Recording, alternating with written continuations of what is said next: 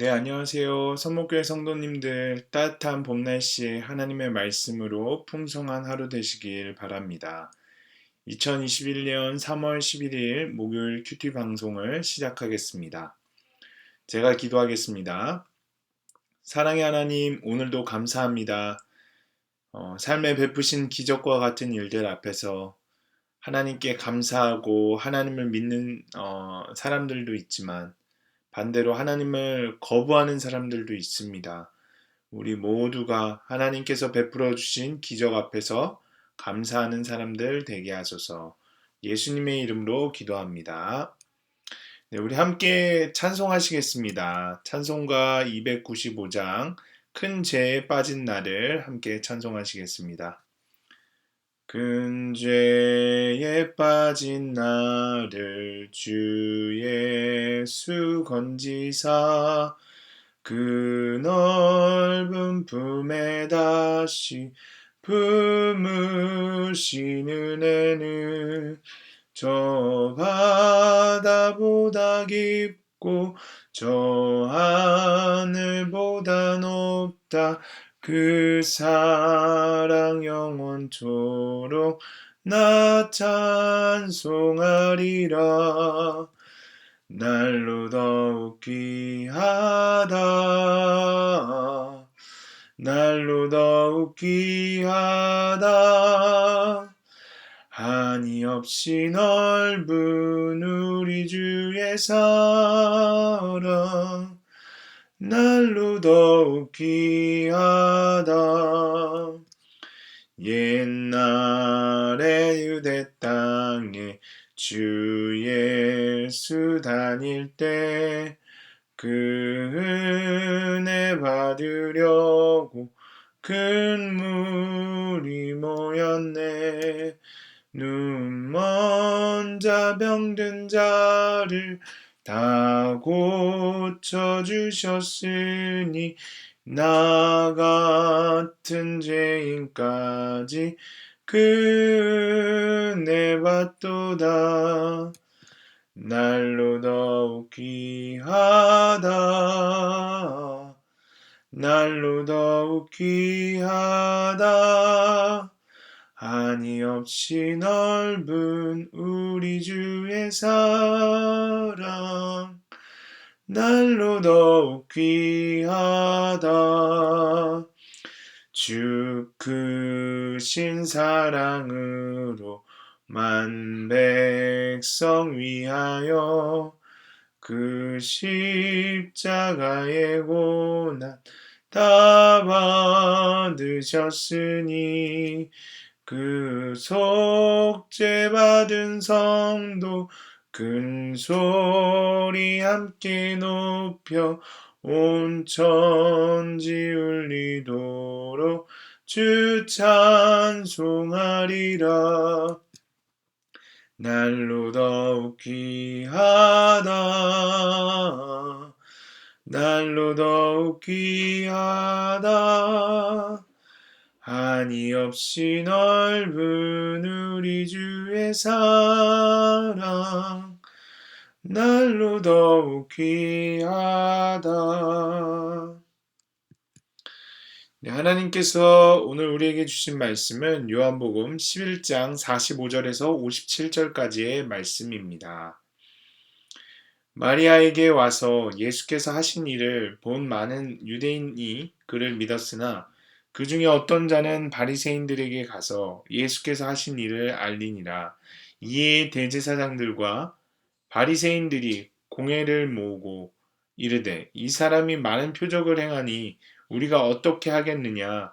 만일 그를 이대로 두면 모든 사람이 그를 믿을 것이요 그리고 로마인들이 와서 우리 땅과 민족을 빼앗아 가리라 하니 그 중에 한 사람 그의 대제사장인 가야바가 그들에게 말하되 너희가 아무것도 알지 못하는도다. 한 사람이 백성을 위하여 죽어서 온 민족이 망하지 않게 되는 것이 너에게 유익한 줄을 생각하지 아니하는도다. 하였으니 이 말을 스스로 함이 아니요 그의 대제사장이므로 예수께서 그 민족을 위하시고 또 그 민족만 위할 뿐 아니라 흩어진 하나님의 자녀를 모아 하나가 되게 하기 위하여 죽으실 것을 미리 말함이러라. 이날부터는 그들이 예수를 죽이려고 모의하니라. 그러므로 예수께서 다시 유대인 가운데 드러나게 다니지 아니하시고 거기를 떠나 빈들 가까운 곳인 에브라임이라는 동네에 가서 제자들과 함께 거기 머무르시니라. 유대인의 유월절이 가까움에 많은 사람이 자기를 성결하게 하기 위하여 유월절 전에 시골에서 예루살렘으로 올라갔더니 그들이 예수를 찾으며 성전에 서서 서로 말하되 너희 생각은 어떠하냐 그가 명절에 오지 아니하겠느냐 하니 이는 대제사장들과 바리새인들이 누구든지 예수 있는 곳을 알거든 신고하여 잡게 하라 명령하였음이로라. 아멘. 네, 본문 설명을 좀 하겠습니다. 요한복음 1장부터 12장까지 실린 대부분의 기적들과 강화들은 군중들을 이렇게 날카롭게 둘로 나뉩니다. 오늘 본문에서도 마찬가지입니다. 예수께서 베다니에서 죽은 나사로를 살리신 일을 목격한 많은 유대인들은 그를 믿었습니다. 그들은 역사하시는 하나님의 영광을 보았습니다.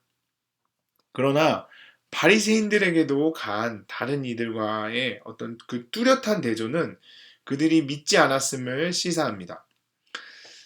예수의 명성과 예루살렘의 인근에서 발생한 이 놀라운 표적의 힘은 예루살렘 당국자들에게 위기를 안겨주었습니다. 47절에서 50절까지 나오는 사내들인의 논의는 우리가 참 주목할 만합니다. 그들은 대중이 예수를 메시아로 받아들이는 것을 정말로 두려워합니다. 그것은 단지 종교적 경쟁 관계가 아니라 그들을 무력화시킬 수도 있는 일이기 때문입니다. 왜냐하면 만약 자신이 메시아임을 주장하는 자를 도시가 받아들인다면 로마 군대가 그것을 진압할 것이기 때문입니다. 로마인들은 이런 종류의 메시아니즘에 대한 불관용을 이미 과거에 보여준 바 있습니다. 그리고 예루살렘 지도자들은 현재 위협의 심각성을 알고 있었습니다. 49절에서 50절에는 가야바의 의견이 잘 드러납니다. 그는 18년 동안 사내들인을 이끌었고 정치적 안정에 대한 개인적으로 책임을 지고 있었습니다. 가야바에게는 정치적 편의가 가장 중요했습니다. 만약 누군가 희생되어야 한다면 국가 전체보다는 한 사람이 희생되는 것이 낫다는 것입니다. 그래서 사내들이는 예수를 죽일 계획을 세우기 시작했습니다. 사내들인의 말은 그들 스스로 의도했던 것 이상의 어떤 의미를 지니고 있습니다. 요한은 그것을 알고 있었어요.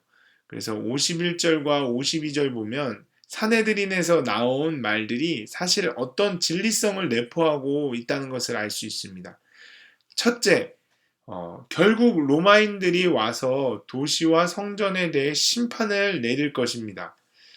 실제로 주 66년에서 70년에 예루살렘은 포위되었고 그 결과 성전은 불태워졌습니다.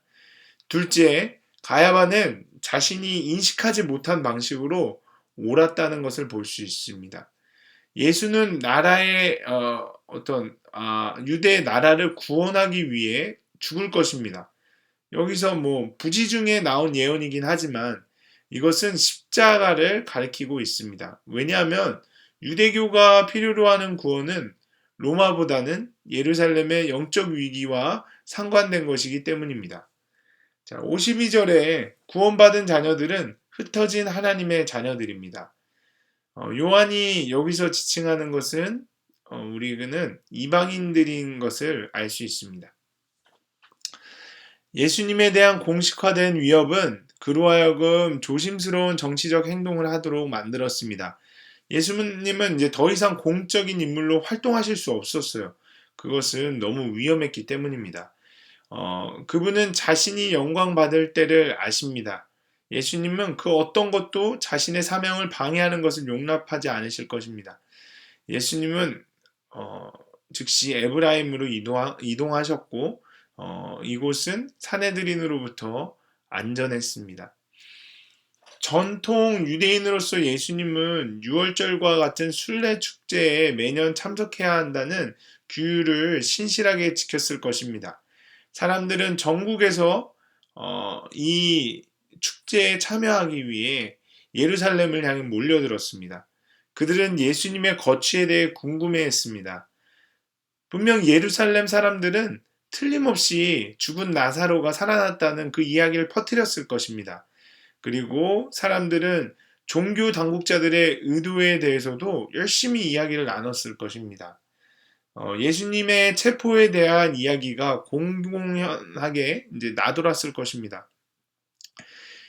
예수님은 눈에 띄기만 해도 체포되었을 것이고, 사람들로 가득 찬 도시에서 예수 이야기를 듣는 것만으로도 많은 사람들이 흥분하고 즐거웠을 것입니다. 예수님은 물론 승리의 입성 후에 6월절 기간에 다시 한번 이렇게 사람들 앞에서 모습을 드러내십니다. 사람들의 믿음을 유발하기 위한 공적인 표적은 이제 더 이상 제공되지 않지만, 마지막으로 이제 사람들 앞에 모습을 드러내실 때는 죄수의 몸으로 드러내실 것입니다. 네, 그러면 이번에는 한번 적용을 해보도록 하겠습니다. 내 인생에 예수님이 행하신 큰 표적은 과연 무엇입니까? 그리고 하나님의 큰 일을 경험하고도 강팍한 마음으로 주님을 대한 적은 없었습니까? 우리가 이 시간에 한번 생각해 보겠습니다. 네, 두 번째 적용할 것은 내 이익과 기득권 때문에 예수님을 대적하고 있지는 않습니까? 우리 가정과 교회가 살아나 하나가 되고자 하기 위해 내가 오늘 어떻게 죽어져야 되겠습니까? 한번 생각해 보시기 바랍니다. 네, 그 다음은 묵상 간증을 함께 읽어보는 시간을 갖도록 하겠습니다.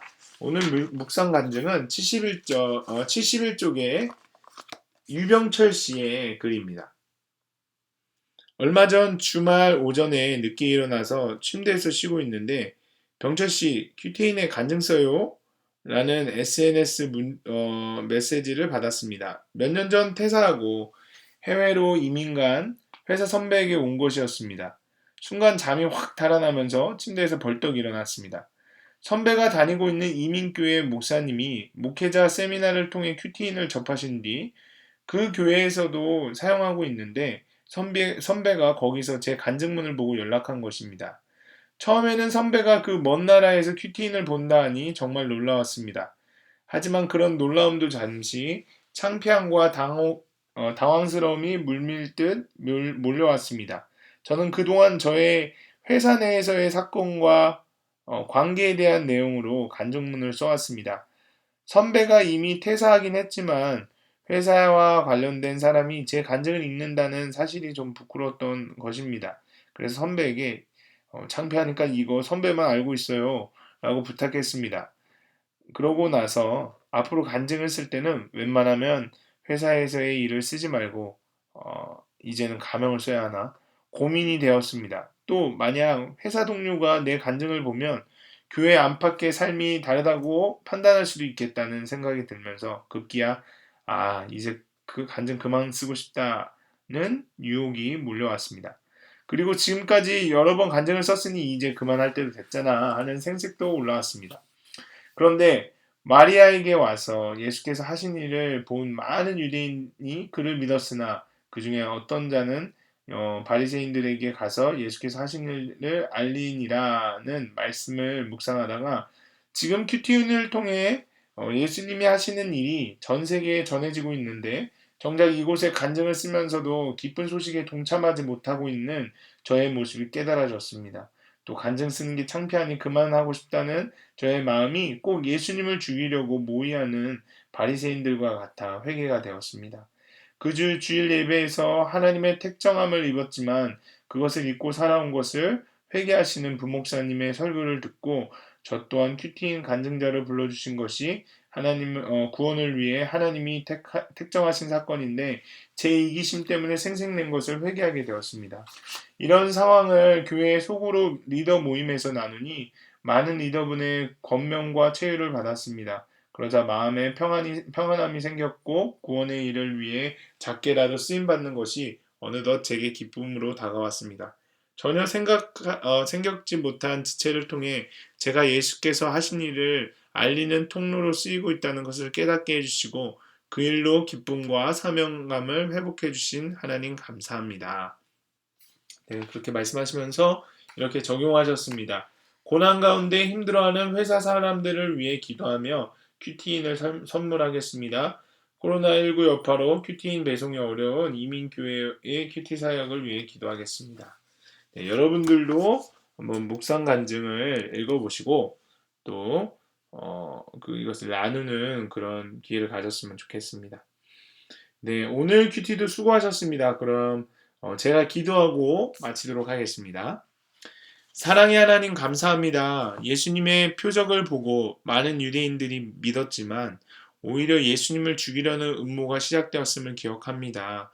나의 기득권과 이익을 뺏길까봐 예수님의 마음을 아프게 하는 제가 되지 않도록 성령님 나를 붙들어 주시옵소서. 감사합니다. 예수님의 이름으로 기도합니다. 아멘.